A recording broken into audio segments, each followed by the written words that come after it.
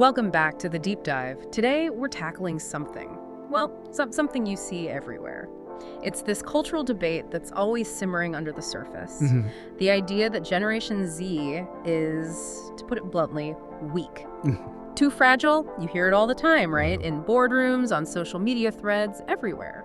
It's a massive cultural lightning rod, definitely.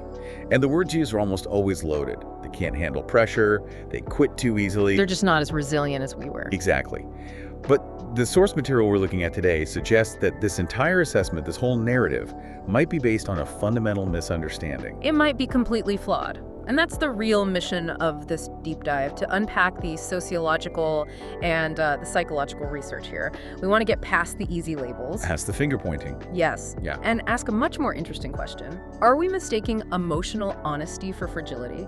Is being silent about your pain still the gold standard for strength? Or is that definition just obsolete? And what's so fascinating is that the sources we have provide this really profound analysis of that intergenerational gap. The conflict isn't just about, TikTok versus Facebook. Right. It's about totally different philosophies on what it means to suffer, what it means to be mature. Older generations were, for the most part, taught that maturity meant survival through Stoicism. You bury the pain and you endure. No matter the cost to your inner self. No matter the cost. And Gen Z is, as a collective, rejecting that whole premise. They're the first generation to really stand up and ask why. Why must we endure things that are fundamentally unhealthy? And why is that silence automatically seen as a virtue, as strength? Precisely. And this isn't about blaming boomers or Gen X. It's about trying to understand this massive shift in consciousness. When a society keeps using a rule book, a definition for strength or maturity that was written for a totally different world. A different economic reality. A completely different cultural reality. Yeah. Then those definitions, they stop being helpful, they become oppressive. It's like we're all reading from different dictionaries. Okay, let's unpack this. Let's jump right into the heart of that conflict. So the sources really zero in on this idea that the criticism isn't about Gen Z failing. It's about them disclosing. They get criticized at the exact moment they're honest about their internal state. Yeah, that's the trigger. It's seen as a breach of this unwritten social contract of silence. Let's get specific. What does that language of dismissal actually sound like? Well, the list is long and it's surprisingly consistent across different cultures. When a young person says they're exhausted, not just tired, but systemically burned out, what's the response? The immediate knee-jerk reaction is, "You're too weak." They don't even engage with the fact of the exhaustion. They attack the reporting of it. And it gets even sharper when they refuse to put up with unreasonable pressure, right? Like the expectation of constant unpaid overtime or just a flat-out toxic boss. Oh, absolutely. The default answer is almost always, that's just life. You just have to try harder. Grit your teeth. Exactly. It implies that the struggle is mandatory, but talking about the struggle is a sign of weakness. That's the real sticking point, isn't it? That refusal to just quietly suffer. Because when Gen Z starts asking for meaning in their work, purpose beyond just a paycheck, they get hit with that classic line, "In my day, I worked 2, sometimes 3 jobs without complaining. I was just happy to have the work." The subtext being that purpose is a luxury and suffering is just the price of admission. It is. And the source material really documents how this plays out with mental health. When someone admits they're anxious, it's often dismissed as dramatization. Or if they use a term like burnout, the response is, "Oh, only your generation needs a label for everything. You're all so dramatic." The dismissal is always aimed at the act of sharing, the vulnerability itself. Which is why we absolutely have to re-examine how we've been defining strength. The issue here, as the analysis shows so clearly, isn't some intrinsic flaw in Gen Z. It's the outdated definition of strength we're using to measure them. A definition that was forged in a different time. A completely different time. An era of, severe scarcity, post-war austerity, deep economic depressions. So can you break down those, I guess you could call them dangerous equations, the ones we're still applying today? For sure. The sources lay out this cultural framework where strength equals silence. Courage equals endurance, no matter the emotional cost to you. Maturity meant you just didn't talk about your feelings. And being well just meant you weren't complaining. That's it. And look, that was a necessary psychology when society was in pure survival mode. If you're living through the Great Depression, you don't have the luxury of processing your trauma. You have to focus on putting food on the table. So silence was a survival tool back then, but now it's being used as a cultural yardstick to beat a generation that's facing a totally different set of problems. Precisely. Gen Z is essentially refusing to accept the concept of strength that demands they self-destruct just to look stoic on the outside. Their choice to talk about and prioritize their mental health.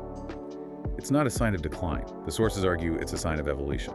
And here's where it gets really interesting. Because if you frame it as evolution, then emotional honesty becomes an advanced skill. A higher level trait. Right. An evolved person can actually name their emotions with precision. They can say, I'm hurting, I'm not okay. And, this is the key part, they can articulate what kind of help they need. That's not weakness. That sounds like profound self-awareness. Which is the root of real strength. It takes immense courage. I mean, the sources point out that previous generations were considered strong because they had no choice but to be silent. The cultural vocabulary just wasn't there. And the shame was immediate and intense. Overwhelming. But Gen Z has the tools. They have the language from modern psychology and at least some cultural permission to face their inner world without that crushing shame. Being honest about their limits, about their pain, it makes them more human. It's the only way you can figure out what's suffocating you and what actually needs to be fixed. It's a modern self-preservation skill. But even with that logic, society, Yeah. and especially older power structures like corporations or traditional families, they were still profoundly uncomfortable with this level of honesty. Why is that? Because the system is built on silence. It's accustomed to it. The silence of men who are taught to suppress their anxiety. The silent sacrifice of women who give up their careers. The silent submission of children who follow the path laid out for them. When an entire generation starts speaking its truth loudly and all at once, the system doesn't know how to react. It sees it as a disruption, and the response is to scold or dismiss. That is the backlash in a nutshell. When a Gen Z employee talks openly about burnout, they're not just seen as complaining, they're seen as a liability. When they quit a toxic job, they're weak.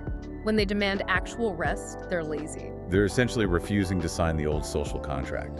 The one that says you have to trade your mental health for proof of your value. The one that says you have to work until you collapse to be called hardworking. The sources call this a new form of courage. The courage to say no to pain you've been told you're supposed to internalize. And this is where we have to bring in the nuance. Because we've established they're emotionally honest. But the sources also point to a very difficult truth. In many ways, they're also genuinely fragile. Okay, so how do we square that circle? The key is understanding why they're fragile.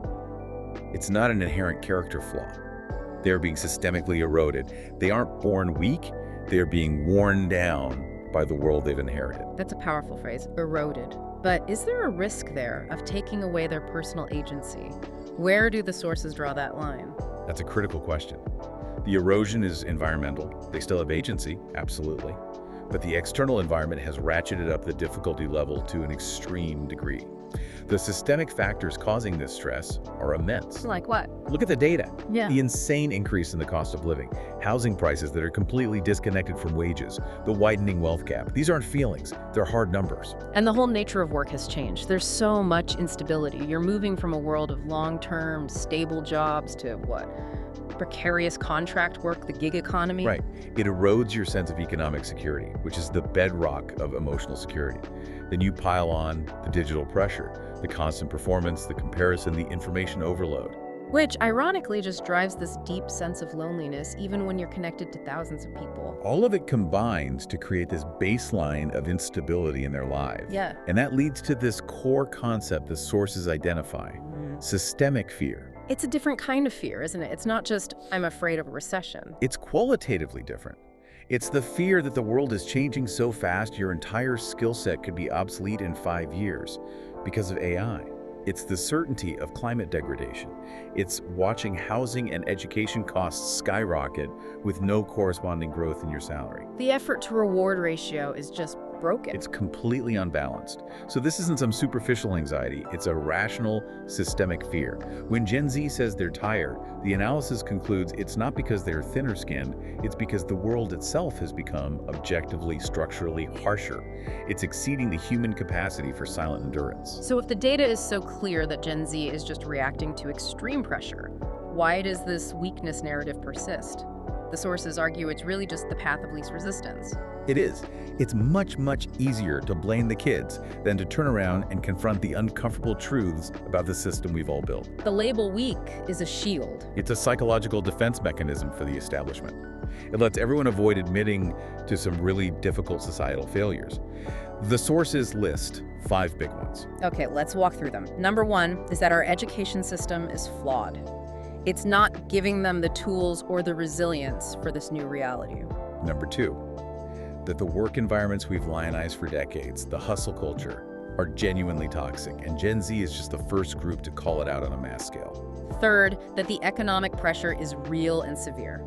It's not laziness, it's a different, much harder game than it was in the 1980s. Fourth, that the mental health crisis isn't a fad. It's a measurable, growing public health issue. And the 5th one is the most sensitive. Which is? That Gen Z is acting like a mirror. They're reflecting back the things we don't want to see in ourselves. The parental burnout, the unhealed trauma, the toxic bosses, the unfulfilled lives. It creates this huge cognitive dissonance. When a young person says, "I refuse to live a life of quiet desperation," someone who did live that life hears an accusation. They hear, "Your sacrifices were wrong. The way you live was a mistake." And the easiest way to shut that down is to shoot back, "No, you're the problem. You're just weak." Okay, let's dig deeper into the specific mechanisms that feed this stereotype. The first one is economic instability. I mean, the data comparing wealth building across generations is just brutal. It shows a complete breakdown of the old social contract. A generation or 2 ago, the flywheel worked. You worked hard, you could buy a house, you could build equity, you could support a family. Stability was the expected reward for effort. And today? Today, the sources show the flywheel is broken. Housing prices, especially, have just decoupled from reality. We're talking about a situation where a previous generation might have needed, say, 6 to 9 years to save for a down payment. And for Gen Z? It could be 20 or 25 years for the same relative goal. The psychological weight of that is just crushing. They're running a race on a treadmill that's constantly speeding up. And that's why they consistently report 1.5 to 2 times higher rates of economic stress. They're not weak, they're just exhausted from running a race that's rigged. We have to blame the context, not the runners. All right, mechanism 2, technological pressure. This is that parallel existence you mentioned. It is, and it's something older generations really struggle to grasp. Gen Z is managing 2 high-pressure lives at the same time. The real world of jobs and bills, and the digital world. The digital world, which is this hyper-curated space of constant comparison, idealized perfection, and performance. The sources are clear. They don't just have to be successful, they have to look successful. 247. And the algorithms reward the extremes, the drama. If one person posts about being stressed, the next post has to be more stressed, or more perfect, or more successful. It's an amplification chamber for anxiety and trauma. So their psychological pressure is effectively doubled. They're dealing with all the real-world problems, but seeing it all through this distorted high-performance lens. You can't demand the same emotional fortitude from a generation under that kind of constant amplified stress. You really can't. The virtual world is just as heavy as the real one. Which brings us to mechanism 3, this idea of cultural pride and suffering. This one is so deeply embedded, especially in cultures that went through intense periods of sacrifice. It's a model that equates silent, unquestioning endurance with moral strength. So suffering in silence is a skill. Working while you're deeply sad is seen as commendable. It's seen as a sign of character. And Gen Z is breaking that model, often just by saying, "This hurts." That simple act is seen as an attack on the people who built their entire identities around their ability to suffer silently. And that triggers the defensive response. If I could handle it, why can't you? You must be weak. It's an inability to validate a different path, a healthier path. Next up, mechanism 4, exhausted family structures. This is a tough one. Many in Gen Z grew up with parents who were themselves just drained. Drained by the economic pressures of their own time? And often, they just didn't have the emotional vocabulary to talk about things like anxiety or burnout. It wasn't part of their cultural toolkit. So it creates this cycle. The parents, unhealed themselves, can't provide that emotional safety net. So when their kid comes to them using modern psychological language, saying, "I'm experiencing burnout," or "I think I have anxiety," the parents default to the only models they know. What do you have to be tired about? My life was way harder. Stop being so dramatic. And what that teaches a young person is that being emotionally honest gets you dismissed. It gets you labeled as weak. So you start to internalize this idea that the real you, the honest you, is the problem. Instead of realizing that the environment you're in just isn't safe for vulnerability. Exactly. Then there's mechanism 5, which is media amplification. And the media loves a simple, divisive story. Drama sells. Nuance doesn't. Right. So the stories that go viral are always the simple ones. Gen Z quits over minor pressure. Gen Z is too demanding. Gen Z is easily offended. It creates an easy villain. And what gets ignored? The complex, positive stuff. The incredible rates of entrepreneurship, the deep commitment to self-learning and upskilling, the way they're actively trying to heal generational trauma in their families. Those stories are harder to tell. They don't generate clicks in the same way. So the simple, corrosive narrative, Gen Z is weak, spreads like a virus. It lets us all off the hook. And finally, mechanism 6. The burden of perfection. When you actually list out the expectations, it's kind of insane. It is staggering. Previous generations had a clearer, more linear path. Study, get a stable job, get married, have kids. That was the formula for a successful life. And now Gen Z is expected to be this perfectly optimized human. You have to be physically beautiful, mentally healthy, financially savvy, socially conscious, fluent in technology, constantly working on your self-awareness. And you have to build a personal brand on top of all that. It's a never-ending optimization loop. They're being asked to run twice the life workload of their parents, while being told they have to be just as tough. They're not weak, they're stretched thin, pulled in a dozen different directions by a system that is both unforgiving and, frankly, unreasonable. Okay, so if those old metrics, stoicism, servitude, are obsolete, if you can't use a 1980s ruler to measure a 2040 world, then we have to redefine what strength actually looks like. We have to. And the sources argue that many of Gen Z's so-called weaknesses are actually the critical strengths we need for the future. We have to get past this idea that strength is just the ability to endure abuse. It has to evolve towards resilience, adaptability, and self-preservation. Let's start with their alleged oversensitivity. The old equation, sensitivity equals weakness. Right, but the psychological research cited in the sources flips that entirely. It says emotional sensitivity is actually a high-level self-preservation skill. It's the ability to spot what's wrong early before it becomes a catastrophe. So instead of staying in a toxic job for 10 years and getting burned out, they recognize the red flags in 10 months or even 10 weeks. Exactly. That's not weakness. That's a highly evolved early warning system. It's what psychologists call emotional granularity. What does that mean? It's the ability to make fine-grained distinctions between your emotions. To know the difference between feeling stressed, feeling anxious, and feeling taken advantage of. This allows them to detect toxic dynamics quickly, leave unhealthy situations before they hit rock bottom, and set clear, non-negotiable boundaries. Which is the exact survival skill you need for a modern world that is constantly trying to blur the lines between work and life. It is. It lets them break cycles of abuse instead of just internalizing them and blaming themselves. Strength number 2 is their refusal to normalize toxicity. This is where they really disrupt things. They do. Previous generations were taught that to succeed, you had to normalize a certain level of abuse. The screaming boss, the unpaid overtime, the emotional manipulation that was disguised as character building. And Gen Z is just collectively saying no. That's how progress happens.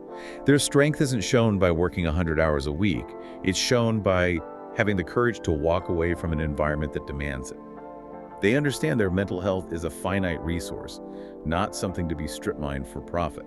They're prioritizing sustainable wellness over the temporary praise of an abusive system. Then there's strength 3, healing what was buried. And this might be their most important contribution. They are willing to drag the pain out into the open. Talking about anxiety, trauma, eating disorders, burnout, all the things that were kept hidden. And every piece of psychological research confirms it. Naming the pain is the first, hardest, and most vital step to healing it. The person who is brave enough to go to therapy is infinitely stronger than the person who spends a lifetime pretending they don't need it. They're the first generation to really normalize this, seeking help, reading the books, learning about red flags, building self-care routines. The future needs people who know how to heal, not people who just know how to bury pain and pass it on. Okay, strength 4. Their capacity for rapid self-learning. This is a game changer. A total game changer. They don't wait for institutions to catch up. They learn complex, high-value skills from everywhere. YouTube, online courses, educational TikToks, global communities. So they can pick up things like coding, video editing, or data analysis in a few months on their own time. It makes them the fastest, most adaptable learners in history. And in a world of constant disruption, the survivor isn't the person with the oldest credential. It's the person who can learn the fastest. That's an undeniable strength, which leads to strength 5, understanding limits. This goes right at that old mantra of the more you endure, the stronger you get. And this is where science just blows that myth apart. Neurological research shows that when you constantly push past your limits, you're not getting stronger, you're breaking down. Burnout isn't a badge of honor, it's a sign of a damaged nervous system. And Gen Z seems to understand this intuitively. They've seen the cost of burnout in their parents. So they stop before the system breaks. They know when to rest, when to retreat. That ability to self-regulate makes them more sustainable and more resilient in the long run. They're playing the long game for their health. And finally, strength 6, the refusal to pretend. They just seem unwilling to perform emotional labor that feels false. They are. They're less likely to fake loyalty to a toxic company, to pretend to be happy when they're not, or to show deference to someone who is actively insulting them, no matter their age or title. And that gets them called disrespectful. Of course. But the source material frames it as a commitment to truthfulness, a rejection of mandatory falsehoods. Every young generation breaks the norms of their time. Gen Z is breaking the norms of emotional concealment. And that honesty is a quiet, powerful form of strength. It really feels like this whole thing boils down to a language barrier. We're all looking at the same actions, but we're defining them using completely different dictionaries. That's a perfect way to put it. Let's look at the old dictionary. In that one, the definitions are rigid, silence equals strong, speaking out equals weak. Endurance is courage. Quitting is giving up. Right. And depression was just a character flaw. Yeah. Now, contrast that with the Gen Z dictionary. In that one, silence means you're in an unsafe environment. Speaking out is brave. Excessive endurance is seen as a form of self-harm. And quitting a toxic situation is strategic self-rescue. The values are just incompatible. So when an older person sees a young person leave a high-stress but prestigious job, they see failure. And the young person sees a successful escape. A strategic move that prioritizes long-term health. They aren't even arguing about the same thing. They're speaking different emotional languages. This brings us to a really sensitive point in the source material, the hidden fear of the older generation. It requires a lot of empathy to talk about this part. When Gen Z says something like, I refuse to build my life around self-sacrifice, a lot of people who did that don't hear a request, they hear an accusation. They hear, you lived your life wrong, your suffering was for nothing. Exactly. Gen Z's new way of living threatens to expose all the buried pain, the unhappy marriages, the abandoned dreams, the decades of quiet sacrifice. The new language of vulnerability is holding a mirror up to an unexamined life. And that is terrifying. It's terrifying. So it's much easier to lash out and say you're just weak and ungrateful than it is to face the possibility that your own silent endurance led to a life of regret. They're not just angry at Gen Z. They're afraid of what Gen Z's choices reveal about their own past. And while all this is happening, society is just so slow to adapt. The yardstick we're using to measure strength was created for a world without social media, without AI, without mass burnout, without this insane housing inflation. We're using an obsolete tool to measure a new reality. They're not weak, they're just being judged by the wrong standard. And that leaves them trapped, caught between two eras. They're told to be mature, but they haven't been given the modern tools for maturity. They haven't been told that sensitivity is a form of intelligence. Or that stopping's in failure, it's strategy. Or that self-awareness is the ultimate power. It's a double bind. If they're silent, they hurt themselves. If they're honest, they get called weak.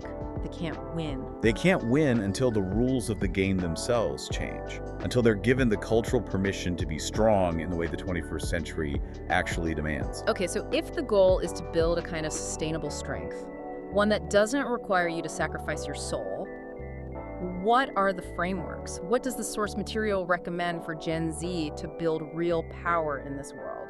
The strength we need now isn't a burn and crash model. It has to be sustainable.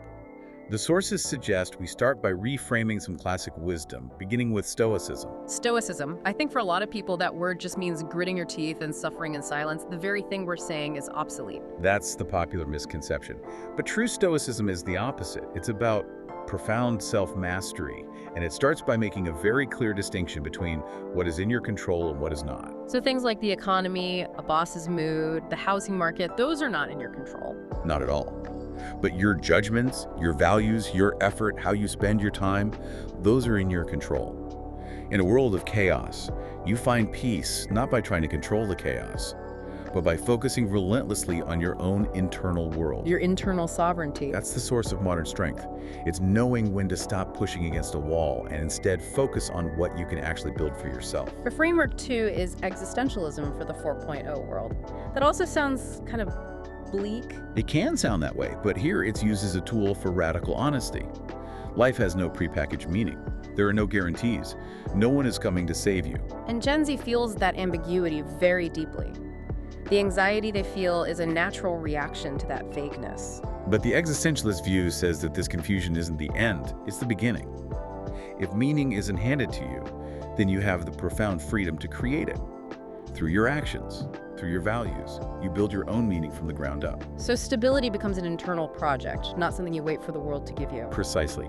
You build a self that is strong enough to not need external guarantees.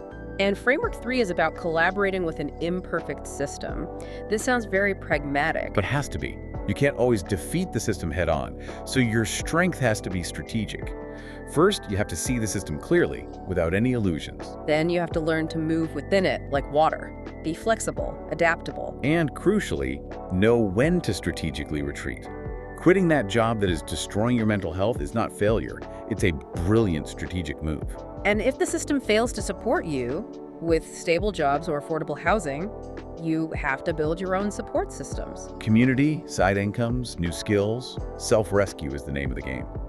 Now, beyond these big ideas, we have to talk about practical muscle building. The day-to-day habits. Yes, because real strength comes from habits, not epiphanies. The first muscle is boundary strength. It's the quiet power to say, I need to rest, or I won't accept that, or I will not do that unpaid work. It's self-respect, not weakness. The second is soft discipline. This isn't about harsh, punishing routines. It's about small, consistent, gentle actions. 20 minutes of study, 10 minutes of exercise, small things that stabilize your nervous system. And that stability is the foundation for everything else. It is. And finally, there's micro-bravery. Courage isn't one big, heroic act. It's 1,000 small ones. Sending that difficult email, asking for help, saying no to an unreasonable request. Starting that new skill you've been putting off, each small act of courage weaves together to build a truly robust and resilient self. That is how real, sustainable strength is built in the modern world. #outro. So to bring this all together, what the source material is really telling us is that the new standard for strength is the ability to live an authentic life without being crushed by the world. It means being honest, knowing your limits, knowing when to leave and when to speak up, healing your wounds and asking the hard questions. That's the kind of strength the future actually needs. So what does this all mean for you? Well, this deep dive isn't a magic cure for anxiety or fear. Change doesn't happen like that. It happens through small, consistent, honest actions. One boundary at a time. One small act of self-care. One decision you make to protect your own long-term well-being. That daily, quiet consistency is the path. Gen Z is not the weak generation. They are, perhaps, the generation that is being the most honest with themselves about how difficult and complex this world really is. And the world, especially the parts of it that benefited from the old system of silence, doesn't know what to do with that truth yet. But ultimately, that doesn't matter. What matters is that you know who you are and why you're choosing to live truthfully. Gen Z isn't weak. They are evolving.